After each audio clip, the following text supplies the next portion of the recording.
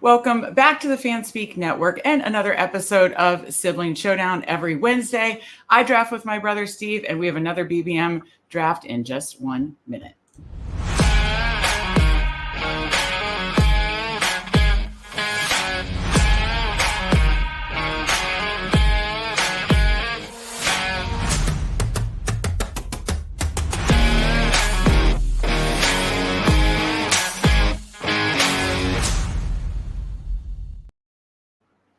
That's right. Welcome back. Wednesday, Sibling Showdown, BBM5. We're trying to keep up with camp news. We're trying to keep up with injuries. First week of preseason is in the books, and we're trying to react to all of it. I know Steve and I are deep in the slow drafts. You'll see when I pull up, I have 50 or 60 slow drafts, and Steve has a gazillion more than me on that. So, but it's time to talk a BBM. And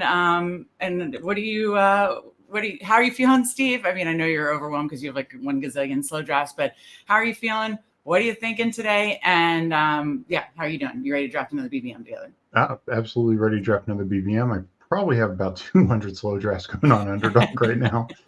Just on Underdog? Yeah, wrapping up the college football ones. That's the weekly winners, the eliminators, the marathons. Starting to do more of those now that we're into it. BBMs, and then of course the super flexes that they released last week, and then what they released yesterday, the 20 max. What was it? The $3 schnauzer, mini schnauzer. So yeah, just probably have about 200 plus or minus 7. So yeah, it's a lot. Yeah, and I absolutely love Underdog. Obviously, they're trying to fill their flagships, but they keep dropping these great advance rate tournaments. I'm still hoping for a Chow Chow or something in that range. Last year we got that Chow Chow that was really, I hope there's still something there. I mean, I like these smaller dollar contests too, that you can 20 max or whatever, but I'm still hoping for something like that as well. So yeah, very, very excited about that. Sorry, my dog did not eat his breakfast, so he's just chomping and eating in my ear. I apologize for that. But a couple quick announcements before we get started. Obviously, be sure to like this episode and subscribe. We're on our road to 1,000. When we hit 1,000 subscribers, we will do a 1,000 giveaway party. But what is a big party is August 23rd. Mark your calendar, August 23rd. The lineup is set. I don't even think Steve knows this yet, but the lineup is set. And it is really good. That's all I'm going to say. I will start teasing guests or doing a guest list of everybody that we're going to have on. But it is going to be super, super fun. August 23rd, that's a Friday. It's basically an extension of Friends of Best Ball Friday. So 4 to midnight, lots of Friends of Best Ball. And I'll say there's going to be another Jeopardy game in there. So going to be a great time. Mark your calendar for that. So anyways, Steve, we got Andrew in the chat. He said he's looking at exposures, trying to figure out which players he wants to get more of. Who is one player you each want to draft more of? That's an excellent question, Andrew. I have my list right next to me. So Steve, you answer first while I pick my favorite one. Picking one is tough. Pick a couple. I'll say two. I'll say two. I just realized that I don't have enough Kyler. That was mine. Damn it, you took mine. Okay, go really ahead. We both mean we're Kyler. Okay. And then tight end Brock Bowers. I've been kind of drafting the tight ends right before him. Jake Ferguson and those types of guys, and then the tight ends right after him, the Pat Fryermuth, the Dallas Goederts, etc. So really don't have a lot of Bowers. I loved how he was used in the preseason. I do think he could really have a strong role regardless of the quarterback there. Those are two guys I'll point to. Well, that's good. I mean, I have a list of probably 10 at each position, and some are guys that I already have plenty of, a Justin Herbert, but I'm I don't have enough because I just think it's criminally under a criminally low price for Justin Herbert. And I think we're going to look back and be I cannot believe we let him slip to the 14th round. So I want to leave draft season with 20% Justin Herbert. So there's stuff like that I already have a lot of, Jordan Love. I love Jordan Love. I love the Packers. I don't know which Packer to pair him with, so I just mix it up. But Jordan Love's another one. Right now, I think I'm at 10 or 11%. I went over 15%. I'm obsessed with Jordan Love. Kyler was the big one for me that I'm only 5%. I'm no. I need closer to 10%. So there's definitely a lot of that stuff. So that was a great question, Andrew. I have a long list. I'd say another interesting one. I wrote about Connor from the Cardinals too. I've been getting more of him. Another one that I've been wanting to get more of him. Great coach speak. Loved him last year. Getting some of him. Didn't get much of him early. I've been getting him more lately. Kenneth Walker. I know people love Charbonnet. I get it. But, the coach speak on Kenneth Walker is really good. And he is really explosive. I know there are faults to his game too, but he can be really explosive. And I know he paid off in a couple lineups for me last year. So I definitely need some more Kenneth Walker. How are you on where are you on Kenneth Walker? Yeah, Walker is probably one of the running backs that I'm low on just because he's kind of in that mid-tier. Yeah. Like the guys before him, I love. So if they slide, I'm taking them over him. And the guys right behind him, I really love also. So I want that, the David Montgomerys, guys like that, Kamaras, et cetera. So, but I do want more Kenneth Walker. He's one of the most explosive backs in the league. Yeah. He should have the best offensive line he's played with, probably the most dynamic offensive coaching, a team that's not going to settle for field goals probably as much. So just more touchdown equity out there. Even if Charbonnet gets more usage this year, there could just be more of the pie to go around just because it's a bigger pie. So absolutely. We got Jamie in chat. Good to see you, Jamie. Thank you for joining us. Appreciate that. Two other quick things. Obviously, yesterday the big news was, Tyrone Tracy had a scare. Looks like he's going to be okay. But the bigger news was JJ McCarthy is having surgery on his meniscus in his right knee. We won't know. Do you know when the surgery is, Steve? I feel like I saw a tweet about it, but I don't remember. Yeah, I don't know when exactly the surgery is, but we won't know how long McCarthy will be out to after surgery. The decision, wild to me, by the way, has to be made in surgery. If they just trim it, he can be back in 4 to 6 weeks. If they have to fully repair it, he's out all season. I mean, massive difference. I mean, I've said all season, I wish the best. First of all, of course, I want everybody to be healthy and okay and not have to go through surgeries and all this stuff. But, I've said from the very beginning, so this isn't me victory lapping an injury. I want to be clear on that. This is me saying that I said from the very beginning that I think the Sam Darnold situation with Kevin O'Connell and Justin Jefferson could be like a Baker Mayfield, Mike Evans, and the Tampa situation. Yeah. Dave Canales, thank you. It could be like a Geno Smith, DK Metcalf, and Dave Canales. Thank you. So I've said that from the very, very beginning. I have 10% Sam Darnold, and the cool thing is I got a couple of them in some time box corner tournaments where I might be one of the only ones that own him or have exposure to him. So that's cool.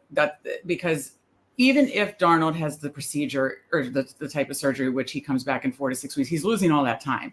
So Darnold's bench risk goes down exponentially. Even if obviously McCarthy comes back, and then there's a chance McCarthy doesn't come back. I've also gone on record that the best thing for McCarthy and the Vikings is if he got a redshirt year. He's young. And I know you scout prospects way, way, way more than me. So, but he's young. The best thing for this guy is to just, get like a 1-year Jordan Love experiment, and just sit behind Darnold. I don't mean to be rude. I've become so much more realistic. Degeneracy has made me more realistic. Vikings aren't winning the NFC this year. Let this guy sit and learn, and you might really, really have something. This injury may force him to do just that. What are your thoughts on the whole situation, and are you taking more Darnold now?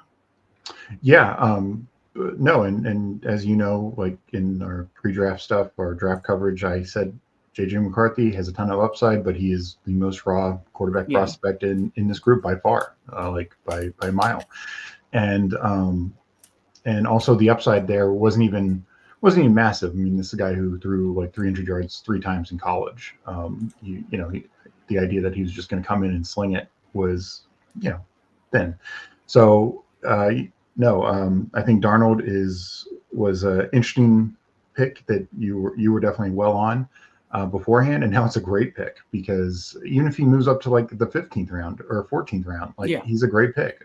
Well, the time box tournaments, it was excellent because that's whole, and we had a time box tournament show. If you scroll back on our we do strategy shows too here on the Fanspeak Network. We did a strategy show about time box tournaments and different strategies to implement. One is scrolling down and getting those guys that will be next to no own. Darnold was one that we mentioned. But even in BBM, ETR is projecting him for 9% ownership currently.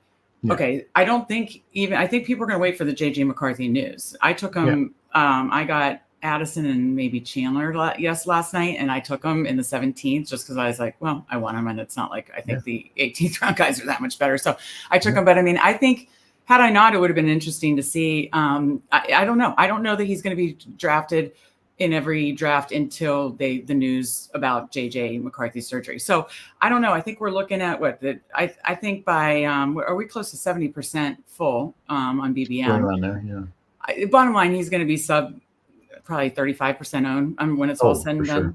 Yeah. For so, sure. I mean, obviously, if this news wouldn't have happened, he would have been sub 15% owned. Now he's going to be sub 35% owned likely, regardless of the news. Andrew asked, but is Darnold going to be the guy at the end of the season? That's his concern. That's where the money is made. You're absolutely right. If JJ, and that's what people are probably waiting on the news. And that's it. I'm going to try to react quicker than the market does, essentially. I already got my 10% and I want more. And the reason is if it goes the way that, and actually it kind of sounds like it would be better for McCarthy's long-term health to go ahead and repair the whole thing. Mm-hmm, probably. But that's what it sounded like, that like long-term, that is like truly better for his knee and potentially his career. But again, we don't know what certain decisions are being made in surgery here. This is wild stuff. So if that happens, then absolutely Darnold, outside of barring injury, of course, which we don't know for any quarterback, would be the guy at the end of the season. They're not going to just pull him for Nick Mullins then. If JJ has the surgery where he's only out 4 to 6 weeks, then of course that does still become a risk. However, again, missing all this time, then I think the risk goes down. I think Darnold would really have to bite it and just absolutely stink. Like or the Vikings are just awful. Yeah. Or the Vikings collapse, Darnold's collapses. Those are still certainly in the range of outcomes. But, again, you're attached to one of the best offensive minds and coaches, which is, I put a lot of weight into the coaches. Who's the offensive coach tied to these quarterbacks and offenses, and then the best receiver in the league. Yeah, so that doesn't hurt. That doesn't hurt. So, and quite a few other weapons. When Hawkinson comes back, Jordan Addison, we don't know when the suspension will happen. His court date's now in October. You got Aaron Jones, Ty Chandler. Like, there's certainly plenty of weapons for him too. So he's set up to succeed. We're gonna try to get some more Darnold bags. Again, wishing JJ McCarthy the best, but no matter what his surgery is, I think the bench risk has now gone down. And of course, if he has the full repair, the bench risk is very minimal. So going to try to get ahead of the market even further on that.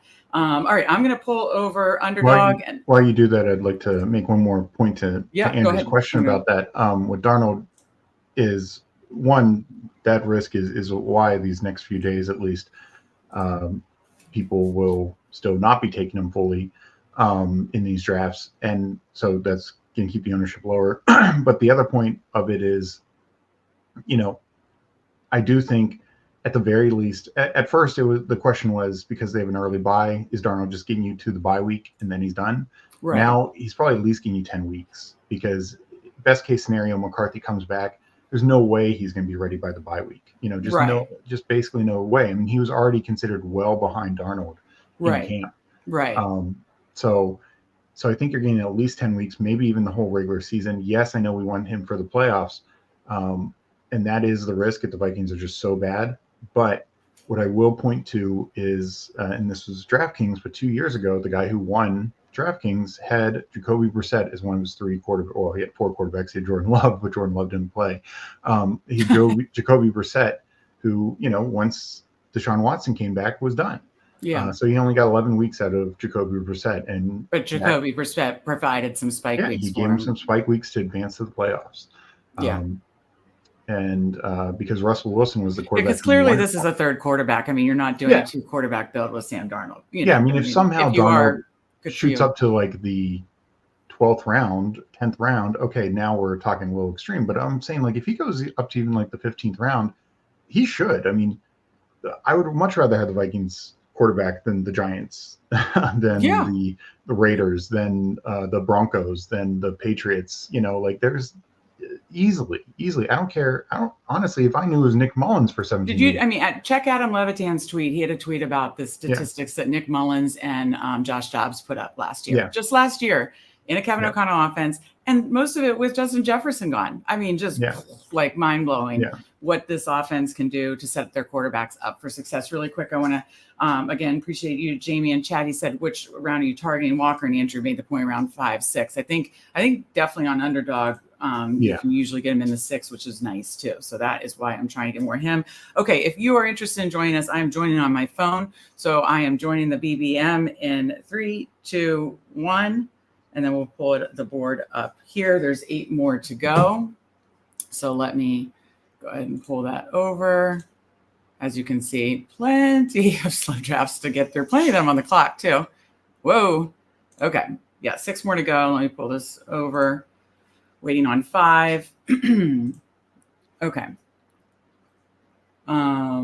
Okay. So while we're waiting, he said, are you taking Darnold over some of the late QBs, even if those late QBs create a game stack for you with other players on your team? That's a great question. I'm only taking Darnold in Viking stacks, obviously. So, and there's nobody really back stacking since Darnold's last. So I'll answer the question first, and you can give your thoughts, Steve. Basically, it's like if I have Jefferson and or Addison, Hawkinson, and then if you want to throw in Ty Chandler in like a stack or something like that, that's when I'm taking Darnold. I'm not like, obviously, because the whole thesis of Darnold is he's elevating, those guys. So I'm only taking Darnold when I have a Vikings player ahead of that. So it's just like when I'm looking for that third quarterback stack, if I have 1 or 2 Vikings, any of those combination, and definitely considering when I have Jefferson, because, I think Jefferson pays off that, it's amazing that we're getting him anywhere from, sometimes 5, 6, 7, 8. If he pays off that price, it's probably because Sam Darnold did help elevate him, just like, Mullins and, well, again, Jefferson was out most of that time, but Mullins was elevating Addison and stuff like that. So that I'm taking Viking stacks. You? Yeah, I'm taking them Viking stacks. I will say I have had it where the third stack I was setting up was just killed. Somebody stole the quarterback. So I've taken him once or twice just because it's like I'd rather take him over somebody else, that like a Drake May or somebody else like that. Unless I know, if I have like Hunter Henry, but if I'm taking a blind, an unstacked third quarterback, I would rather have Sam Darnold at this point. Okay, so we've got King of QC in here at the 1 spot. Thank you so much for joining us. Andrew joined us. He said underdog hates him. He's at the 8 spot. That's not bad. At least you can. That's not 11 and 12. Or 11 and 12 is pretty rough sled right now. The injuries. We got No Fan in here. Love to see No Fan. Love to see King of QC. We've got Andrew TD King at 8. We are at 6, and I think that's it. So No Fan's right ahead of us. Andrew's 2 behind us. I mean.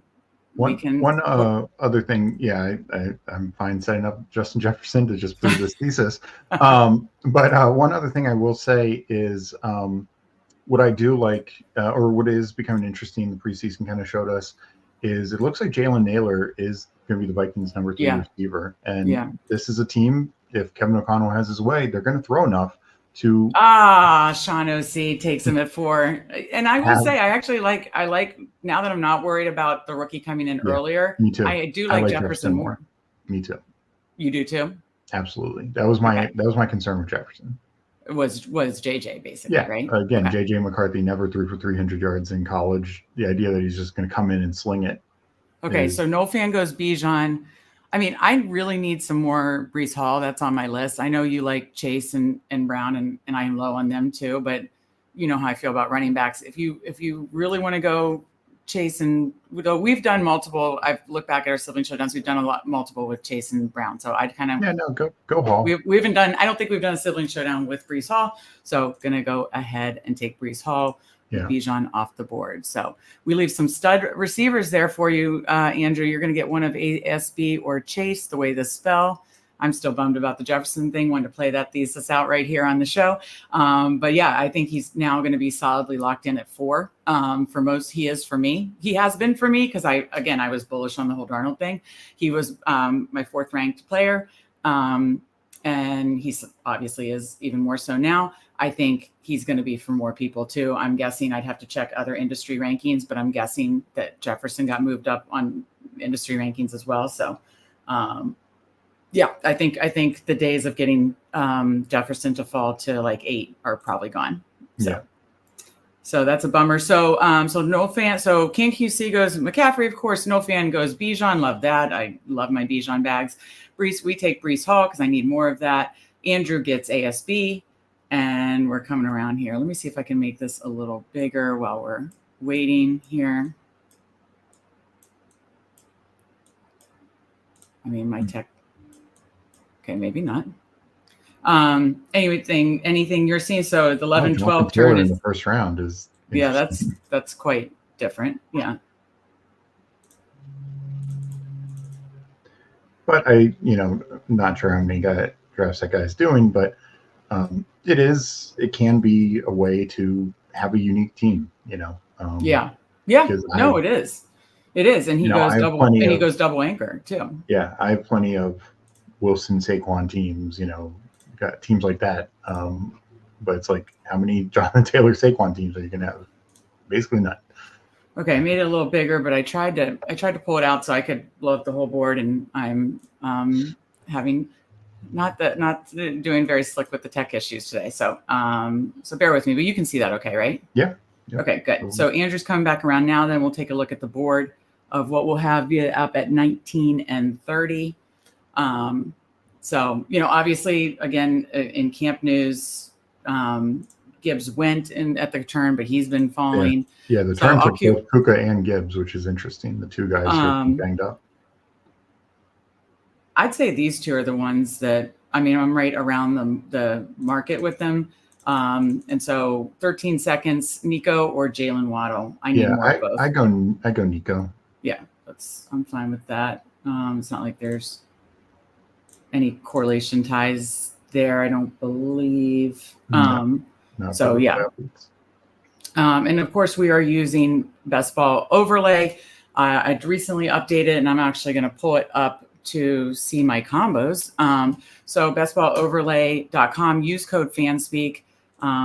As you can see running on the bottom, it gets you $10 off per month using code Fanspeak to just $20 a month. It, as you can see, helps us make our decisions in draft to see our exposures, and then once we start stacking stuff up, you'll see correlations of team stacks, playoff stacks, and such. But it helps you kind of make those like exposure things. Like I was sitting there and staring at, and I'm like, God, I only have 6% Waddle. I need more, but I only have 9% Nico, and I'm really high on Nico. So it's like these kind of things where it's like, okay, it just helps you make those quick indecision for, especially in fast drafts. And when you're doing like 200 slows or 50 slows and you're trying to crank through them, like this morning, I was trying to crank through a bunch before I got ready, and it helped me make quick decisions too. So we're back up, and then I'll pull over. So we've got a Brees Hall, Nico Collins start on the board. We have, so Henry just went. That's always a target of mine. Evans, Devonta Smith, those are some of my favorites. So we've got Kyron. I do need to take more DK Metcalf. DJ Moore, obviously, then I like that as number one. There was a report DJ Moore got banged up today. Today, yeah. Okay. Unclear what it is, but. And then I'll just say that I think Pacheco should be a third-round pick. So, so with that said, those are my favorites, or ones, or if you want me. So, do you have anything else? 13 seconds. I would take Kyron. You would go Kyron? Yeah, I think Kyron has been. People hyped up Quorum way too much. Yeah, I agree. Kyron. I agree, and we love double anchor, and so we accomplished that. And so let me bring back over the board, and then I'll look up my combinations. But again, as you saw, Best Ball Overlay allows you to see the stacks, correlations, exposures. But what I'm going to do now is I'm going to bring over another window to actually see where I can look at combinations. And after the draft, I can show you everything that the portfolio optimizer allows you to do. Tell me if we're coming back up, Steve, because I'm trying to pull this up in another window. So I pulled exposures from a day or two ago. So this does not count, obviously, the 50-some slow drafts I have going. This does not, this I think has 129 drafts. So, I mean, once these slows finish up, I'll be closer to 200. But so a lot more drafts to get done. But some of those are weekly winners. Some of those are the super flex and such like that, stuff like that. But let me see the start. We had Brees, and let me see who I have the most with Brees. So I can see my combinations with Brees Hall. and who I've used the most kind of up top. So I had done some Breece Hall, Derrick Henry, so that's fine. That that did not fall to us anyways. And let me just see if I had any Breece Hall, Kyron as a double, because as far as like that being a big stand for both you and I, that we like double anchor in like essentially 2 in the first 6 rounds, but still obviously addressing the receiver position and making sure you're set there, kind of building for running back to hit the flex. I want to make sure that that I'm mixing up those double anchors, right? That whether it's obviously Bijan and Kyron, or Henry and Breece Hall, and or Pacheco and Henry. I just want to make sure I'm mixing those up. I watched a show, I think Ron Stewart did a show on double anchor and how it could be successful this year. And he was talking more in context of redraft, but then he talked about Pat Crane's winning BBM3 lineup and just talking about how, he did it right. He got the 2 early, and he got the 2 that were 2 of the top 4 that year. And, last year, to another thing to speak to double anchor in I would recommend watching his show, but I'm, citing things from his show. He had all this data of, last year was really an outlier season of running backs. There was only, I believe, 2 running backs over 20 points per game. That's massive, much lower than past seasons. And then the ones that spiked were, one of them was obviously Kyron, and then some other ones that spiked within the top 5 were like A-Chain, Mostert. That is actually kind of atypical. Yeah. Right? Absolutely. Any follow-up to that? And then... No, I think that last year was very much an outlier, just with the way it worked, the teams, and the way some injuries played out. And just a lot of early running backs failed due to injury, due to their teams just totally being terrible. Okay, let's make our decision here. I feel like I'm constantly just taking either Hurts and Allen. I don't mind that. Allen just went. But it's not like we have a Hurts stack built out. But quickly, Cooper. I like Cooper. Okay. I only have 7%, so I need more. And I think that makes sense. So going to 2 running backs early, I really didn't want to do the elite. I do elite quarterbacks still with the double anchor, but I did want to address the receiver position. So we have Breece Hall, Kyron.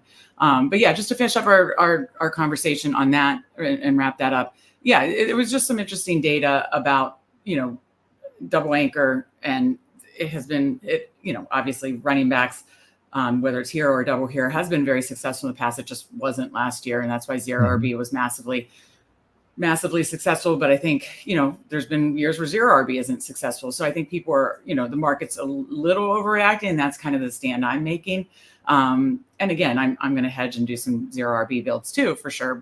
And sometimes it just naturally happens because I get sniped and those kind of things. But there's plenty of data that, we could have a bounce back year for running backs. Like if these, especially with the running backs prices falling, you look at the board, we are getting, Barkley sometimes falls to the second, third, but we get, Barkley, A-Chain in the second, Henry, Kyron in the third, Pacheco went in the fourth, and Etienne. Jacobs now goes in the fifth, Mixon, Walker. We talked about, like, if a good chunk, there's no longer, I don't think, the strong like running back dead zone thing. And that's another, kind of point of emphasis. I think that you need to consider that. I don't think it's like the running back dead zone like it was. And I do think the running backs could bounce back. We just need them to stay healthy. And these, guys in the 6 rounds to kind of do what we think they're going to do, because they all have like elite roles, right? Yeah, absolutely. And a big part of it, I know we're about to be up, but one of the biggest things is two of the top running backs, and actually a third here, Josh Jacobs, that you just queued up. Free agents went to great spots, great landing spots. We're not talking about Derrick Henry on the Titans, and sure, he has an outsized role on that team, but you're capped because they're going to be one of the lowest scoring offenses when they, these last couple of years. Right. Same with Saquon on the Giants, same with Josh Jacobs on the Raiders. Now they're going to these elite offenses. Yeah. And, the sky's the limit. Look at what going to elite offense did to Christian Pause your thought, and then I want to get back to that. So on the clock, I don't think you and I have done a hyper fragile build yet. If we take Jacobs, then we would do that. Or we love Ridley, and I need more Godwin. So I'll let you choose. I don't mind doing a hyper fragile build because it is different bye weeks. I would do Godwin. I really want to get. Let's do one hyper fragile, Bill. Okay. Come on, let's get weird. Okay, let's get weird. We just talked about he falls to 54.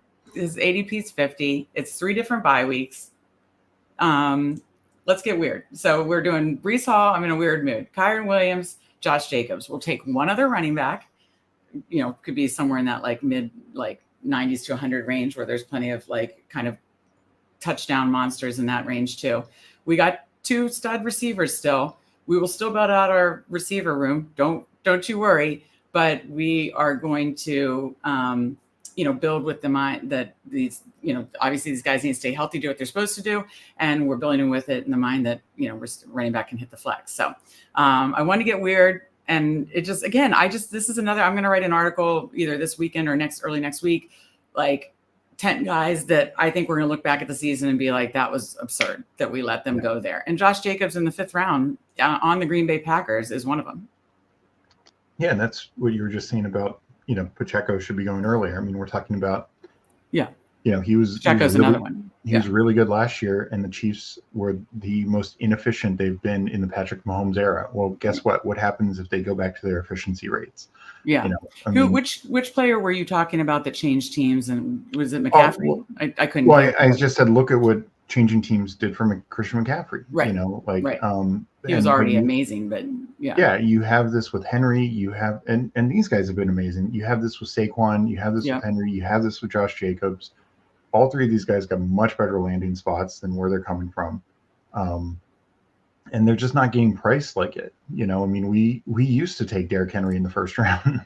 Right. We used to take Saquon in the 1st round. I mean, now he's still kind of at the turn, but it's like people are worried about the tush push. And sure, he might lose a couple touchdowns for that, but he lost a lot of touchdowns to the Giants just being a terrible offense.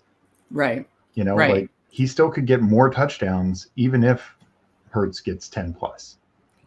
All right. I mean, so Daniel Jones was stealing touchdowns. Right. So we're coming around the corner, and after we make our next pick, I want to look at the other teams that are drafting with us. Andrew says, I got Hall and Gibbs yesterday in a BBM. That felt cool to get. Yeah, and especially Gibbs is one that's falling now. You can get Hall in the 1st and Gibbs in the 2nd. That's an excellent combo and definitely unique. So that's awesome. Noel Fan says Andrew's team's looking tough. We're going to look at Andrew's teams and Noel Fan and King of QC right after we make this next pick, because I've been yapping about how much I love Double Anchor. But no, we will talk about that and look at these teams after this. And again, in this one, this was one of the questions in Jeopardy is Justin asked, like, basically, if you went 3 running backs in like the first 5 rounds, what's that called? And I was like, well, it's Double Anchor, but it should be a hyper fragile. So that's what we'll be doing. We're up at 67, 72. Obviously need a dress receiver. Got to let Hollywood fall. So who do you like of these receivers, Steve? I like a Dunze. Really? Yeah. I'm a Watson girl, but I mean, he's not. Oh God, something's freezing. It's something I swear to God, I wasn't trying to overrule you. What's happening? You might need a refresh. Let me refresh. It wasn't letting me. Oh boy, we had a star method error, and it was not letting me move the queue. I swear to God, that was not me trying to be passive aggressive, which is in my bag. I'm not like. Look, it's not. Oh shit. Okay. I guess I may have to draft on my phone. Maybe. Yeah, I don't know. I haven't seen that. I've seen it freeze up, but usually once you refresh, it's all good. Oh shit! If I add to the queue, it's not showing it. I've never seen that. Sorry, guys. I'm trying to. Let me refresh again.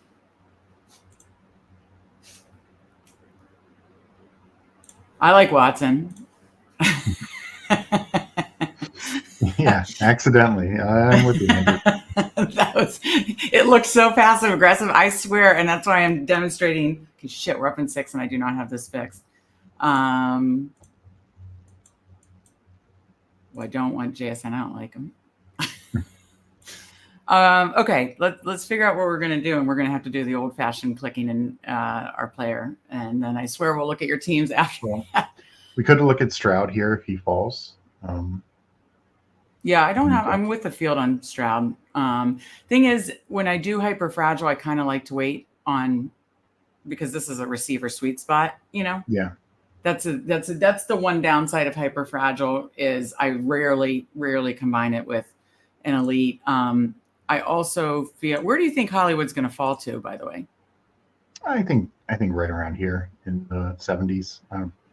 Yeah, he's 13 picks past he may miss ADP a week now. or two. He's looking like he's on track for me week 2 or 3. Yeah. Okay, so we have 210 buys. We need to kind of avoid that. We'll queue, and then I'll just pick it on my phone. So I have Hollywood Brown.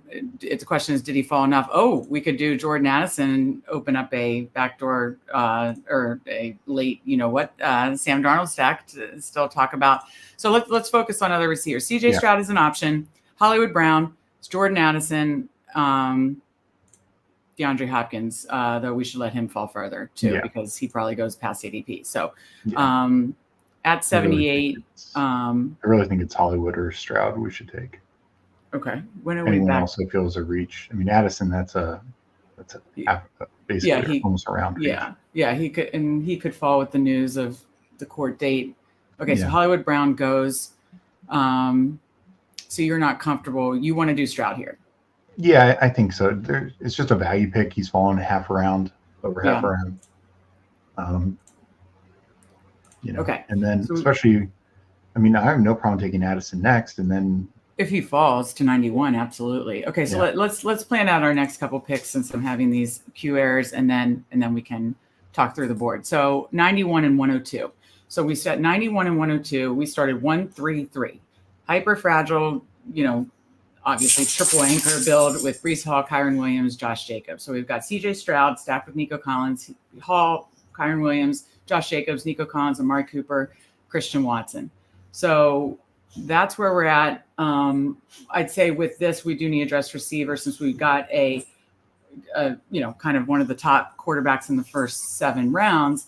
It's not like we should target like a Love, especially since we like 3 quarterback builds. We're going to have to get like 2 later quarterbacks to go with Stroud here. So we have Addison queued. I also think another point with the hyperfragile builds is typically I then do more, late round tight end builds because again, I want to address those get caught up on receiver. So that's another point. So I queued up guys, just receivers, whether it's the next few rounds that I like. Any others that you want to add to this list? Shakir. Yeah, he's running in. That's a news blurb from Usage. He's running in 2. Along. Yeah. I thought he was going to be the guy. You have said that all along. I still am taking some Curtis Samuel and had been taking him more. Just that's what the camp reports were saying, and I don't mind it. But what I've always said, when I did a weekly winners show spread like a month ago, I said, I think Curtis Samuel is the good strong floor play. And I wrote about this in the article that I wrote about the Bills receiving room.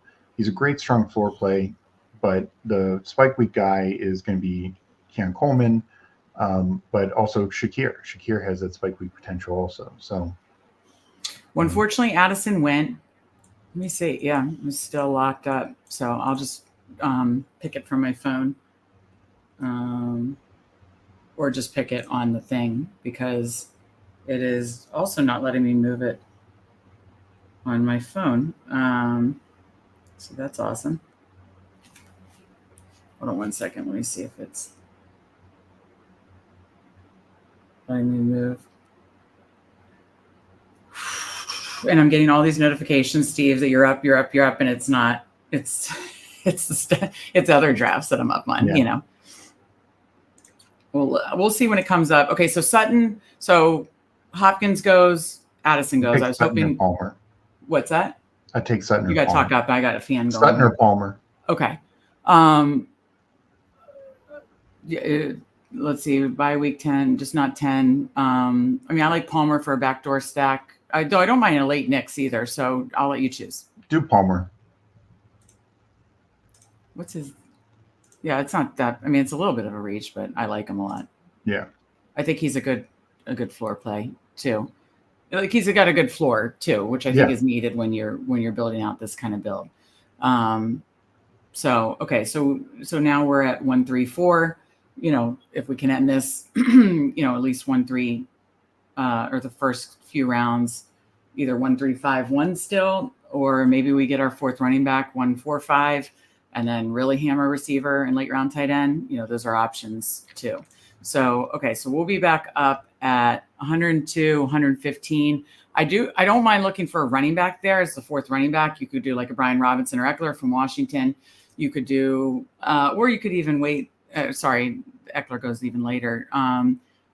In one of these next three rounds, 102, 115, 125, you got the Washington running backs, you got the Cleveland running backs, you have the Dallas running backs. So I'd say any running backs, and Cincinnati running backs, yeah. So Chase Brown just went. That's fine. I like Moss better. I think he's going to be the touchdown guy. So I don't think we need to I think we can wait, especially since Sutton and well, we do have Watson, so I don't know that we have to go Dubs. So now, if Wells falls to here, do you take him? Oh, that is a fall.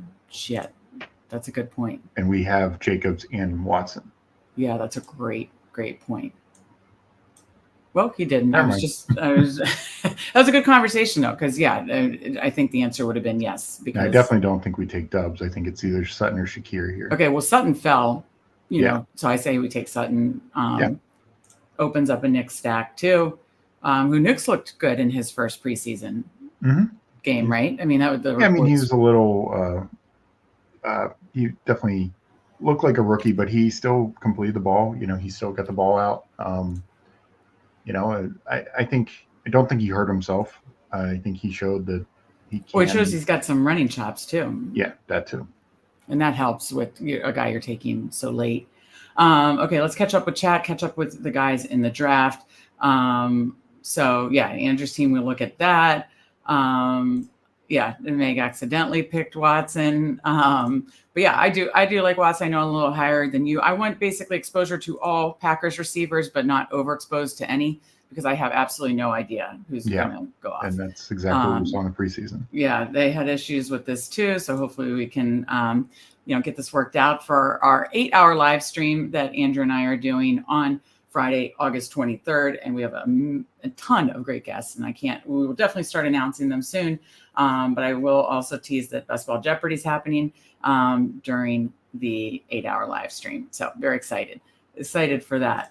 He said, I wish I didn't take Kittle and could have took the falling value on Ingram. Well, I know you were building out a 49ers Detroit stack. So you had, so let's take a look at Andrew's team. Just let me know if I'm coming up, Steve. We got Amon-Ra, Debo, obviously that targeting that high total 17 game. DK Metcalf, Sam Laporta, further building that out. You got Lamar, Kittle, further building out that. So, I mean, you're really hammering that game in two amazing teams. Love that. James Conner, Ramondre, Zach Moss. Love the catch up he did on running backs there to get Conner, Ramondre, Moss, I think was very, very, very nice there. Love those three in a row. And then we're coming up in a minute, but Noel Fan got Bijan, Waddle, Tank Dell, Christian Kirk, James Cook, Rome Odunze, Hollywood Brown, Raheem Mostert, and Caleb Williams, obviously with Rome. And so like that a lot. And then we'll check out King of QC after our next pick. Andrew's on the clock now. See what Did he Noel does. Fan have DK Metcalf? Excuse me? Did Noel Fan have DK Metcalf also? No, Andrew does, I think. Yeah, Andrew got DK Metcalf. Okay. Okay, so Andrew's on the clock. And then... Okay, so he goes Wicks.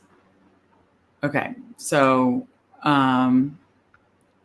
it is thinning out at receiver, but we did catch up with 5. I don't have much Myers. I don't mind him there, but anything else is kind of a reach. What about running back here? Okay. I don't love this area of running back for our fourth. I think we could wait till the next round. Do we want to take like a Goddard here? I like Goddard. I like him a lot. And then right at ADP, and I think that's a good pick. Okay, so Goddard's the play. I know we don't have any Dallas yet or anything like that, but just getting exposure to Eagles. And this gives us optionality. We could do 2 tight ends. We could do 3, with that. I was just looking at our potential stacks. We got Nico stacked. I don't like Deshaun Watson, so I'm not doing that. We just missed on a love fall. I queued up Herbert, and obviously Knicks for a very late stack is an option. No, he has the same bye week as Stroud, correct? Yeah. So anyways, need to look for another. Go ahead. What were you going to say? One thing I'll mention on Goddard is it really allows us to take.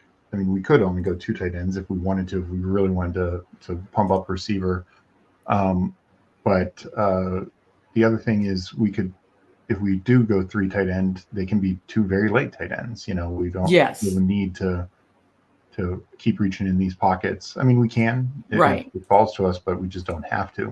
And the other thing with Goddard is his overall numbers haven't been great, but he's missed like 4 or 5 games these last 2 years. If you look at his per game numbers, they've been much better.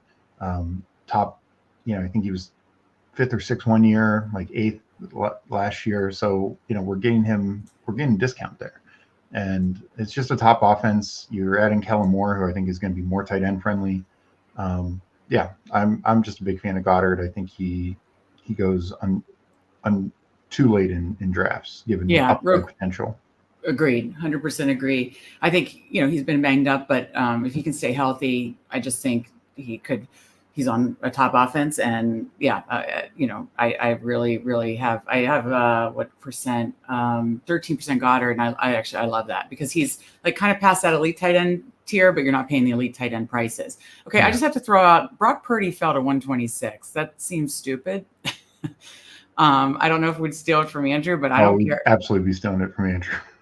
Okay. Well, you shouldn't have let it fall that far, but I'm almost tempted to just then backstack him with Pearsall, but or do you just want to get our fourth running back and move on? I think getting our 4th running back. I mean, I love Purdy, but Pearsall, it's like. Okay, quickly, Eckler, or because I don't have the Q. I do Eckler. Yeah, that's what I was thinking too. You're lucky, Andrew. If it was just me, I probably would have stolen Purdy from you. Oh, Cinder Rose steals Purdy. I would have just would have especially just scooping a bunch of receivers. I would have just backstacked him with Pearsall, because that's another point with like getting certain. Some people believe in being flatter at quarterback. To me, like the guys that I love and the guys that you can go overweight on because they're priced too low: Dak, Love, Purdy, Herbert. All these guys I have a high exposure to, 15 to 20+%. And then you got the Cousins and Rodgers. I'm all 15 to 25%. It's because I'm not just saying, well, I'm only getting Cousins with Drake London or Pitts. I'm only getting, I'm not afraid to do Cousins Mooney, or I'm only getting Rodgers if I get Garrett Wilson. Hell no, I'll stack it. That's why I have a ton of Conklin, And same thing, if someone pushes like Tua or, which I need more Tua actually, Herbert or Purdy or Dak too far, I'm like, well, I'm just going to backstack them. That's how you get more. I'm not content just being at like 10% with these guys I love. So, I think sometimes, and I think in rooms now, earlier in draft season, I think people, a lot of Best YS would try to, push their quarterback as far as they can. That's great. But, I think in those situations, I'm going to be the one to snipe you. And it's not because I'm going to do it unstacked. I'm going to look to stack. I'm like, I'll just look to grab Jonnu with Tua or Pearsall with Purdy, or there's other options with Love or Cooks and Tolbert with Dak. Like there are options to backstack. So Herbert's the only tough one, but people like, if they don't get, and we need to decide if we want to push Herbert to 150 or if we want to take him here at 139. Oh, he goes. Never mind. Was that and it wasn't to, nope. So I just got burnt on my own lecture. No, he was before ADP. So Herbert's ADP is right around 140. And I was going to suggest we take him 139, pushing would be a risk, but I was going to look at where the Ladd McConkey team had him. So it did not work. So we skipped on Purdy. We missed on Herbert. What's Speaking that? Of Rodgers, we could take Mike Williams and get Rodgers. Yeah. I like that a lot. Good call. Good call. Mike Williams off the PUP list. So, I think all signs are pointing to him playing week 1, correct? Yeah, from everything I've seen, and just the upside is high there. Well, I like that too because we have Brees Hall too. So Yeah. we're just correlating at multiple positions. So, and wouldn't be shy to get Conklin if he fell because I have like 25% Conklin. So yeah, I got burnt by my own lecture there, but the guy grabbed Herbert unstacked before. I'm saying I grab a quarterback when I don't have this pre-stack, the pre-stack essentially. I'll grab a quarterback unstacked and backstack them when they fall. Now, in this case, Herbert didn't fall, but maybe they just wanted a really good second quarterback and they grabbed Herbert, and they're gonna maybe backstack him with one of like a Shark or Chark or something like that. Okay, that team hasn't really been focused on stacking. So what's that? I said that team hasn't really been focused much on correlation and stack. I mean, they do have Burrow Higgins, but a lot of interesting reaches. Gotcha. Okay. All right, so we are coming around. So let's take a look at KNQC because he's up, and we checked a kind of a mid pulse. Pearsall just went. What's that? Pearsall just went. That's pretty high. Yeah.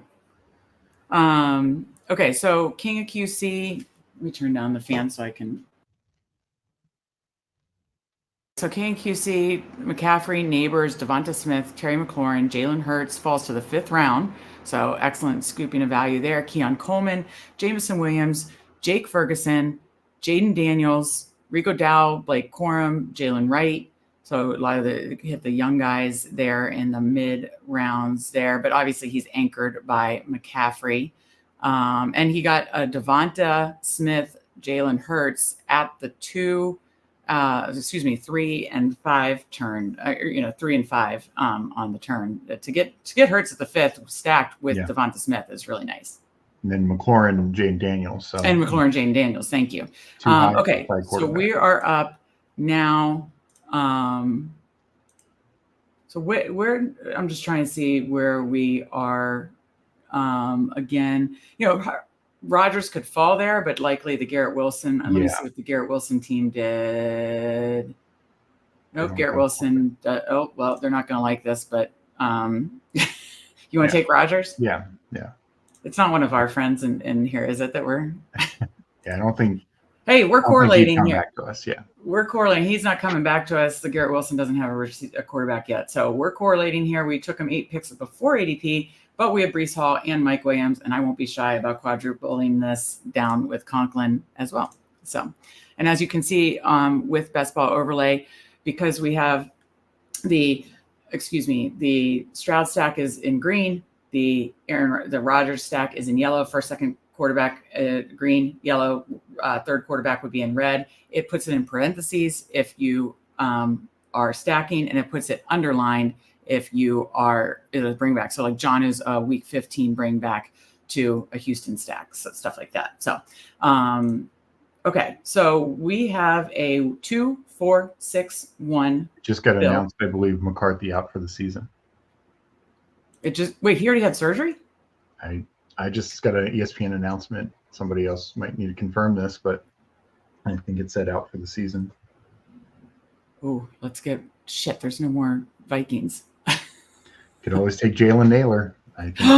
We could do like a double low owned. Yeah. Yeah, because obviously Hawkinson went, Chandler went. We're not taking more running backs anyways. Okay, just to summarize, 2, 4, 6, 1. We have 2 quarterback stacks, Stroud, Nico Collins, Aaron Rodgers, Brees Hall, and Mike Williams. We did the hyperfragile build with Brees Hall, Kyron Williams, Josh Jacobs, Austin Eckler. We're done there. Nico Collins, Amari Cooper, Christian Watson, Josh Palmer, Cortland Sutton, Mike Williams, and Dallas Goedert. So I think we've put ourselves in a good situation. Likely this will be a 2, 4, 6, 3.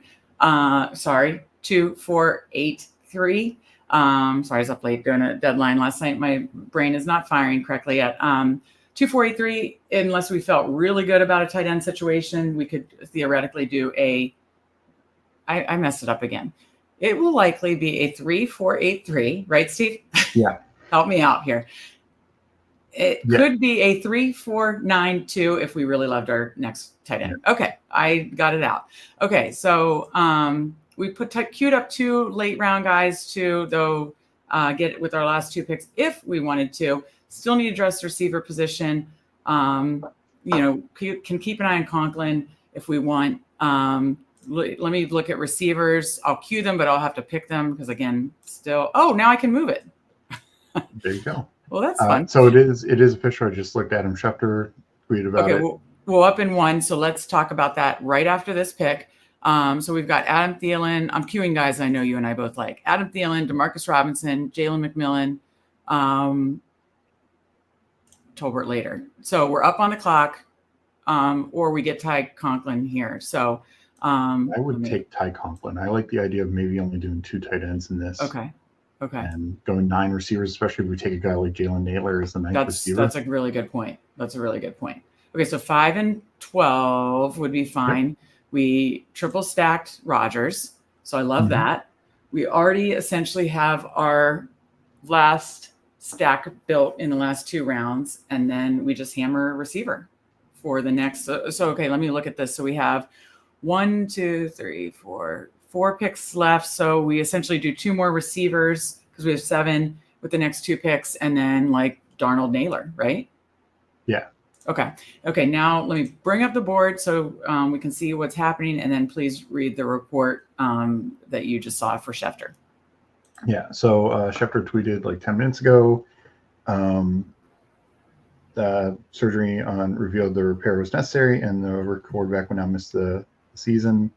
And then he had a follow-up talking about the orthopedic surgeon that did determine that it was necessary. So, yeah, it is. Well, and you have to think that both he and Kevin O'Connell, the Vikings, I can't pronounce the GM's name, but super sharp guy, the Vikings, they said it wasn't their, decision, but they I'm sure they all weighed in and said if he needs the full repair, this is, they're playing the long game here. So, yeah. Absolutely. I do think we might even want to consider taking. I know it's high, but people react to this news, and just we have to look at what the Jefferson team did. Do they have? I think we do need to look ahead. But thank you for mentioning that as news broke. Let me just see. Oh well, no fan broke it in chat. So thank you, no fan. And then so let's just catch up on chat, and then we are going to actually, I didn't realize how quickly we were going to come back up. Let me see. Did I queue? Okay. I queued receivers. So, yeah.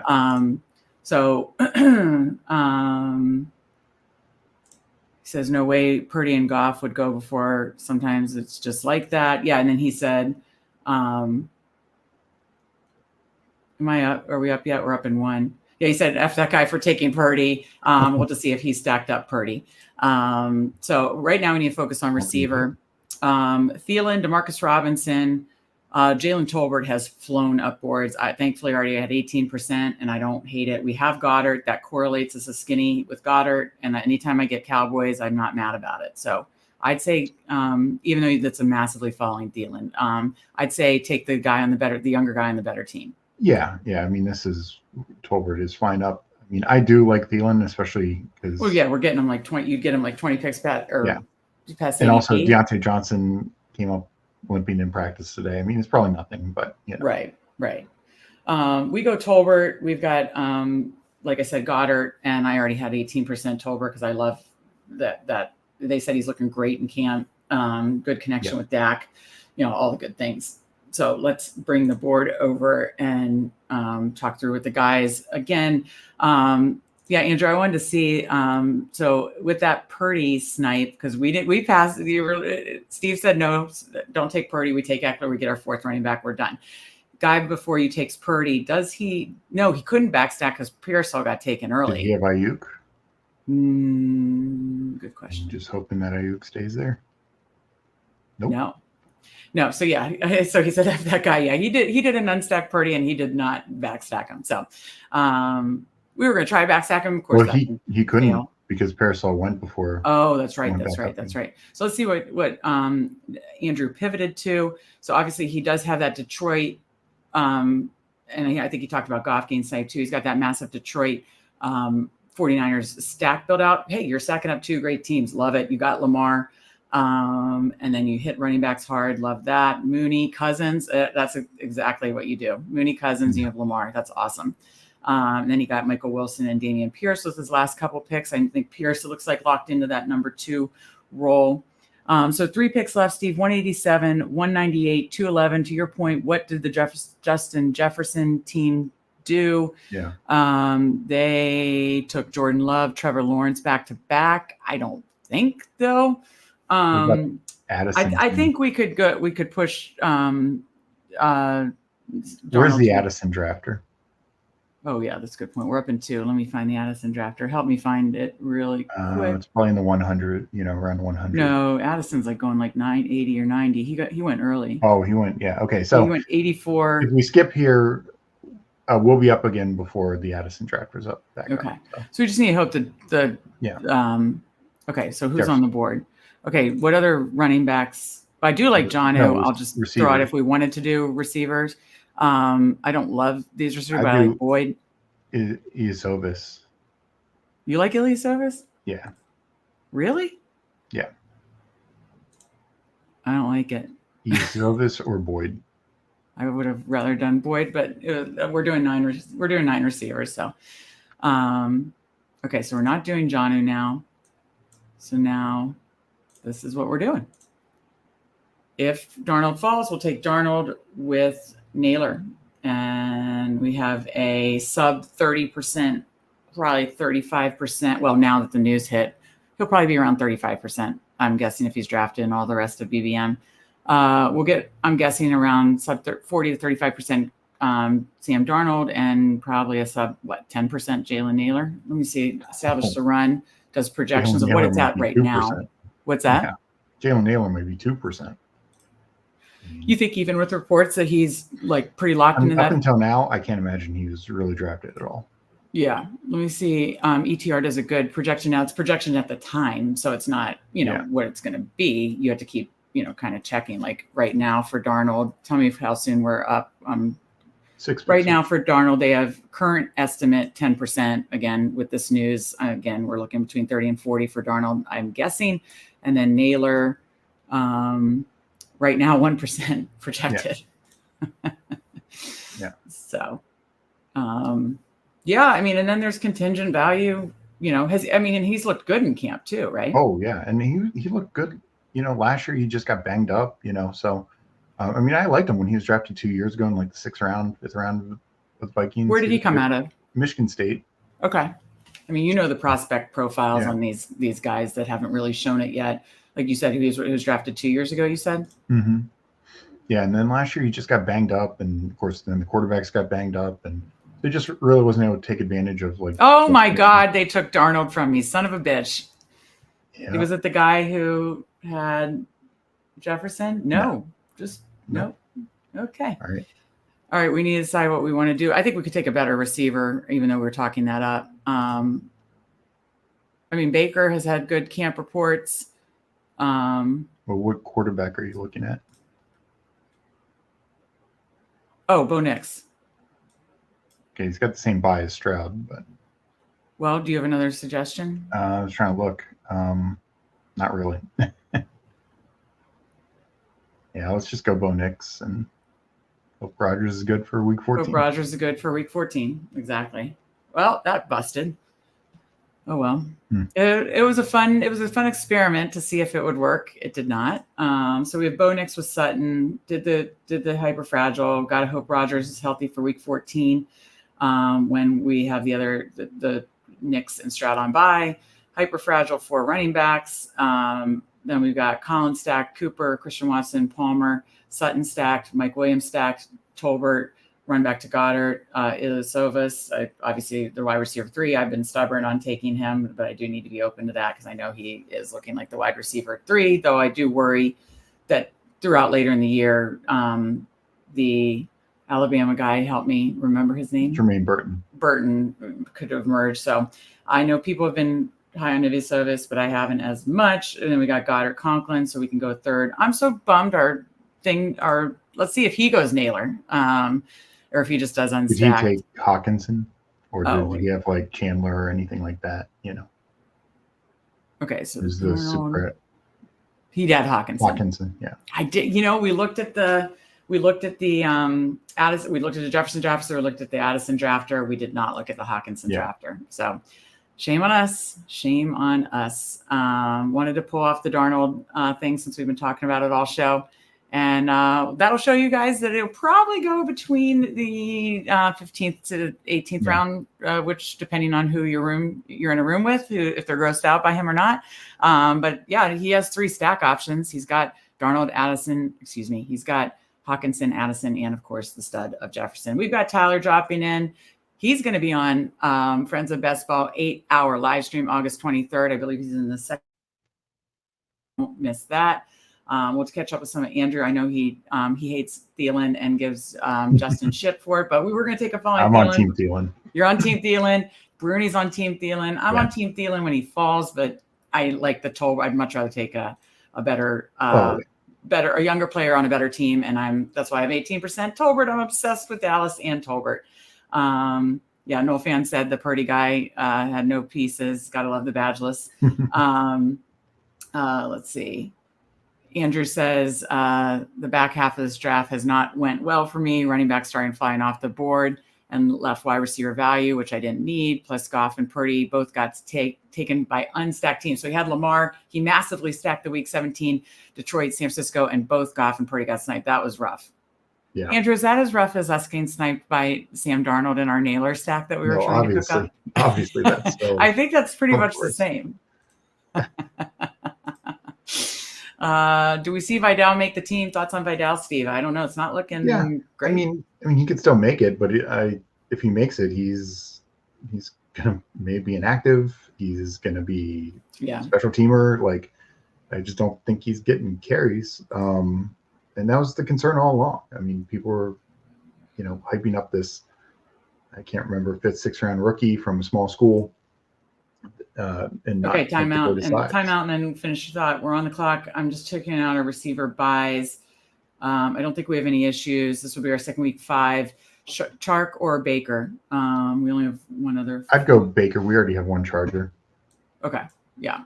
Baker's looked really good in camp too. I mean, I know it's on a crappy offense, but it's kind of fun. Young guy. He's our 9th receiver. We were going to take Jalen Naylor. Anyways, this will be fun to talk through. We went 3-4-9-2. I have never done a 9 receiver build. So Andrew says, what is Aguilar's projected ownership on ETR? I can look that up as the draft's finishing. And then, wait, how do you spell Aguilar? Aghol. Why don't I type in Nelson? Let's see. Okay. 1%. Yeah, 1% for Aguilar. But again, that's the current ownership projected. So it changes daily as obviously if they think movement's going to happen. So it'll be interesting to see how their projections for Sam Darnold go in the next, 15 to 20 days. Yeah. Because I think I'm taking a guess that BBM will fill right around September 1st. When do you think, Steve? We're at about 70% now. Yeah. I think by the weekend, I think it's just it flies in August. Like the people are always like, oh, is it going to, and you're like, it's unbelievable how fast it flies in August. So this was our 55th draft together. I am doing half. I'm doing 75. So I'm at the 2/3 mark of my BBMs personally, which was a lot of Steve and I's BBMs because we do a lot of stream drafts together. So I have 25 more on the nose. So that'll be fun. A lot will be 7 or 8 will be on Friends of Best Ball 8-hour live stream coming to you Friday, August 23rd, 4 to midnight. Lots of amazing guests. Jeopardy's coming your way. It's going to be fun. Andrew, who was in the draft and in chat, will be joining me, and a lot of other fun guests. Tyler, who was in chat, will be joining us. So lots of fun stuff. So let's see if anybody else in the chat has any thoughts, and then we will go look at our teams.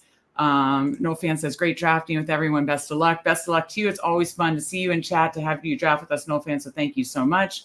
And side note, Andrew points out 34 more subs for the Cocktail Playbook giveaway. I think it's Fancy Chalupa Batman wrote a cocktail playbook, a cocktail for every single NFL team. Andrew's giving it away at 350. So help us get there. Hit that subscribe button. And of course, that would be a good time to mention. You hit that subscribe button. We're on a road to 1,000. When we hit 1,000, we're doing a $1,000 giveaway party. But yeah, please, as Pat McAfee would say, be a friend, tell a friend, subscribe if you haven't. If you have, tell a friend. We do 4 to 5 live drafts a week, strategy shows every week, and lots of fun in-season stuff coming. We're going to have underdog stuff for the underdog dailies, underdog pick'ems, daily fantasy stuff, and of course, sports betting. Spread and I just met and start talking through sports betting stuff. In fact, Spread and I are actually going to do, if you're into the future stuff, we're doing an NFC futures next Wednesday and an AFC futures the following Wednesday. So that's going to be fun. But then once that in-season starts, Tyler will be back in the streets, and we will all be, we would probably be likely doing 2 sports betting shows a week, one like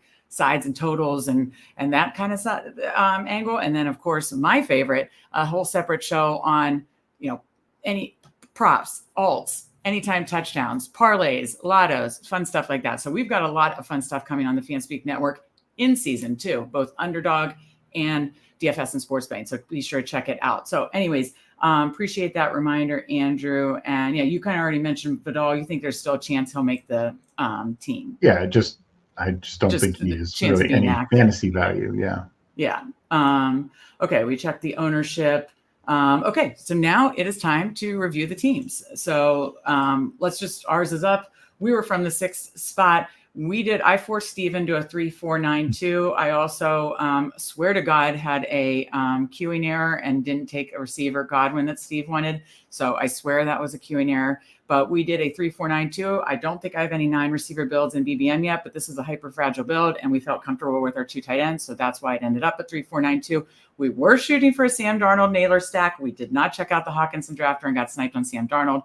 I do recommend getting Sam Darnold at the end of your drafts only when you have a Viking stack present. And I will try to do a Darnold Naylor stack since we missed it today, because Naylor is now the 3rd wide receiver and is going to probably be sub 10% owned. So 3-4-9-2, CJ Stroud, Aaron Rodgers, Bo Nix. Need Rodgers to be healthy for week 14 to cover our buys there. Hyper fragile, Breece Hall, Kyron Williams, Josh Jacobs, and Austin Eckler. Obviously, Breece Hall correlates with Aaron Rodgers as well. Kyron Williams is a bring back to the Jets in week 16.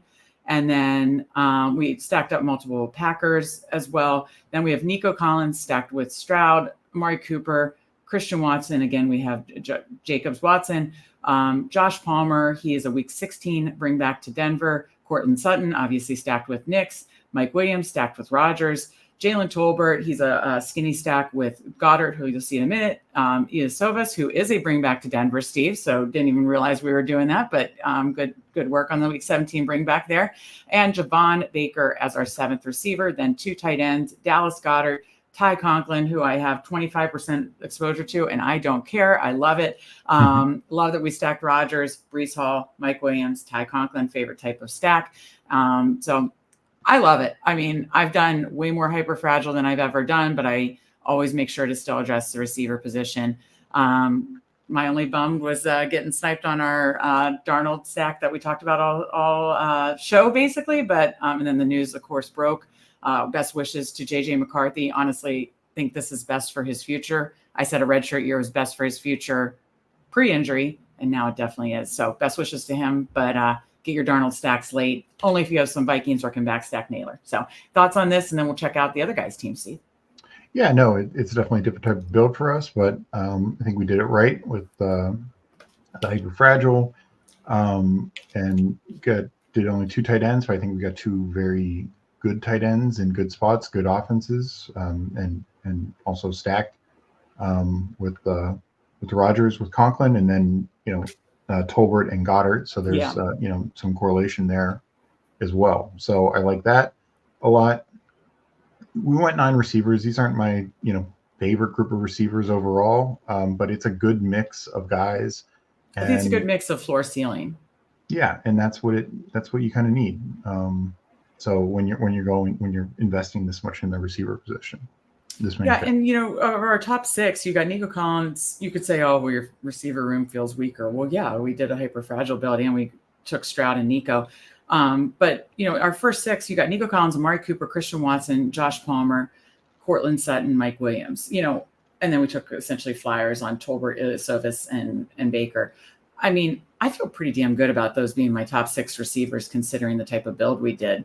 You got an elite receiver in Collins. I mean, I don't love Deshaun Watson, but I mean, he obviously Cooper was still an elite receiver last year, and especially in the playoffs. Watson and Mike Williams are more of those upside swings. Palmer and Sutton might be more of those like more floor plays, but they can still have their game. So, I mean, I feel really still decent about our top 6 receivers. Yeah. And, guys like Palmer and Mike Williams, again, with quarterbacks who are being undervalued, one of which we got, the other we got sniped on, Herbert. And, it's just like we know how good Justin Herbert can be. And if Josh Palmer is out there 100% of the time, he'll get the production. And same with Mike Williams. Like, he can stay healthy, and Aaron Rodgers is back healthy. Garrett Wilson's going to be number 1, but he'll get the production. All right. I like it. It was fun to do a different build. So let's check out King of QC from the 1 spot. He did a 3-5-8-2. Jalen Hurts, Jaden Daniels, Daniel Jones. I do think it was smart to do all 3 are rushing quarterbacks, to do 3 quarterbacks, and one obviously very late when you're getting rushing quarterbacks. So I like that. Christian McCaffrey, obviously anchor build. Rico Dowd, Blake Corum, Jalen Wright, Antonio Gibson. Then Malik Neighbors, obviously stacked with Daniel Jones. Devonta Smith, a bring back to Washington. Terry McLaurin stacked with Jaden Daniels. Keon Coleman, Jamison Williams, Josh Downs, McMillan, and then Ray McLeod, a run back into Washington. And then Jake Ferguson and Ben Sinnott, who, I did have a nice preseason game. And he is a week 16 run back, and Ferguson is a week 17 run back, both to Philly. So, I mean, some of the players aren't my favorite, but the build structure I like a lot. And I mean, obviously, when you're stacking the Eagles and anchored by McCaffrey, I like it from the jump. And especially that you got, and I said this during the draft, you got Devonta Smith at 3 on the turn, and then you got Jalen. You were still able to stack Hurts and Devonta Smith, and you got Hurts all the way at the 5 turn. I think that's amazing. Yeah. And, I think he took a big stand on the NFC East, which could be good, could be bad. Yeah, exactly. But if Jones' offense looks like it did 2 years ago, if Daniel's offense looks like people hope it does, and we know what the Hurts offense can be, that can pay off. And you got like Rico Dowd in there also. And then, I mean, you got Christian McCaffrey. That helps a lot. Yeah. And then, like, I love Keon Coleman. I mean, people are sleeping on him. People are still, because of some of those. He was out there 100% with Josh Allen, I think. Yeah. And same with Jamison Williams. I mean, finally, no suspension, no injury.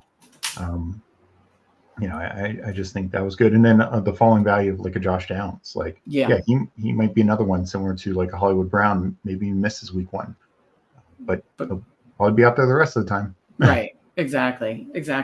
And he got Jaden Daniels. Sometimes he could get steamed up in some rooms, but he got him right at value too. So I like that a lot too, especially with Terry, who should be the elite pass catcher. I don't see a ton of volume for all the. I certainly like with Terry a lot. So like that, King of QC, love to see you in the draft room in the chat. Thank you for joining us. Let's check out Noel Fan from the 5 spot right before us, 2-5-8-3. He got Caleb Williams, Tua Tagovailoa, and then he went Bijan Robinson, James Cook, Raheem Mostert, Chuba Hubbard, Tyrone Tracy. Then we got Jalen Waddle, obviously stacked with Tua. Tank Dell, a bring back to Miami week 15. Christian Kirk, Roma Dunze, a stack with Caleb. Hollywood Brown, he picked up the falling value there. I know we were considering that. Jahan Dotson, Demarcus Robinson, Johnny Wilson. That'll be a low-owned pick like that. Pat Freiermuth, Noah Fant, and Gerald Everett. There's a lot of steam. That would be a low-owned pick that, that Bears tight end room. Shane Waldron just likes rotating a bunch of tight ends, and you never know which one's going to hit. So that further correlates with Caleb. So no, I like this build a lot. I mean, I like his team. He stacked Tua with Mostert too. I forgot to mention, and Waddle. So massive Hollywood Brown. Not only is it 10 picks past his current ADP, but let's keep in mind, 10 days ago, Hollywood was going like in the 50s.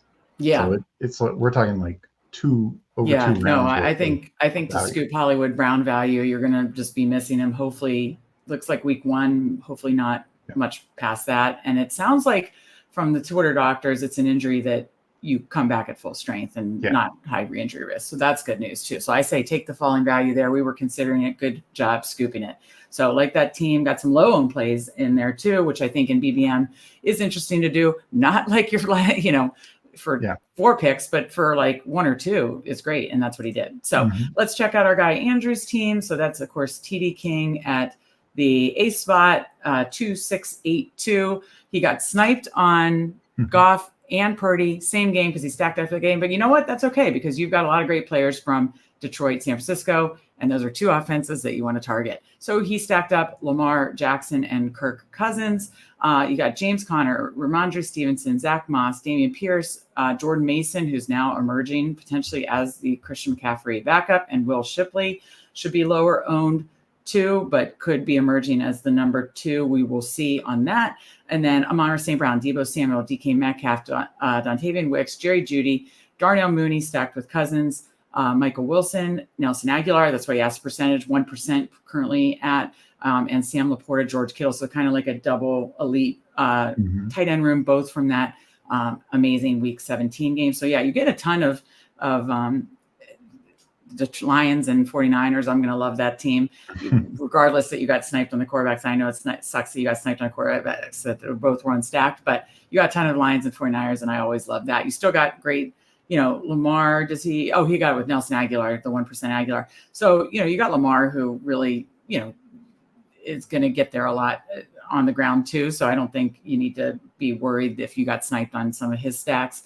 And you stacked him with the Aguilar, who then I'm sure has some contingent value too. And then Cousins with Mooney. So like that. And of course, doing a more 0 RB build, he still hammered running backs in that midsection with Connor, Ramondre, Zach Moss especially, and then did 6. So I think that's smart. So no, like the build, like the, some of the teams you're targeting, obviously. Even outside of 49ers Lions, your stacks are Ravens, Falcons. Love those teams. I mean, again, Steve and I, if all else fails, just lean into top offenses, right? Yeah, absolutely. And you didn't any final thoughts on Andrew's team? Yeah, you didn't get your primary, secondary stack of, clearly you wanted one of the quarterbacks from that game, but it's still, Cousins, Mooney, I think can be very beneficial. I think Mooney is still going way too low in drafts, and I just think your receivers are strong at the top, deep enough, and those 2 tight ends, you're going to just dominate tight ends both in this pod, this draft room, but then you get to the playoffs, you have 2 elite guys who can both get these massive 25-30 point spike weeks. So so he says, when you get to my team, interested to hear what you think about last 3 Bs, took the potential backups for high scoring teams. Feels like that's the way to go with how the running back room played out. Yeah, we talk about leaning into like the good offenses, and I know Underdog Network did something about that on, especially for running back position, you want to really lean into good offenses. So, no, and you're clearly, reacting quickly to camp news, which is, important in preseason news, which is important to do right now. We need to be very fluid. I mean, obviously with the Darnold, the JJ news in the last day and today, with any potential injuries, any potential, this guy looks to be locked as the number 2, react quickly. So it looks like Pierce is locked as the number 2. Oh, and by the way, he is the week 17 bring back. Jordan Mason is really competing and looks like he could get that number 2 role in San Francisco, or at least have a role in San Francisco. Will Shipley, I mean, I don't know if there's like really confirmation yet on the 2-3 role between him and Gainwell. But again, you targeted to your point, you targeted the Eagles, 49ers, and Texans, and I don't mind that at all. Steve, your thoughts? Yeah, and the other point of it is, like you said, Pierce has clear correlation. Yeah. So is Mason, because he has all that Detroit, San Francisco. If anything happens to McCaffrey, now right, you they're skinnies. In that game.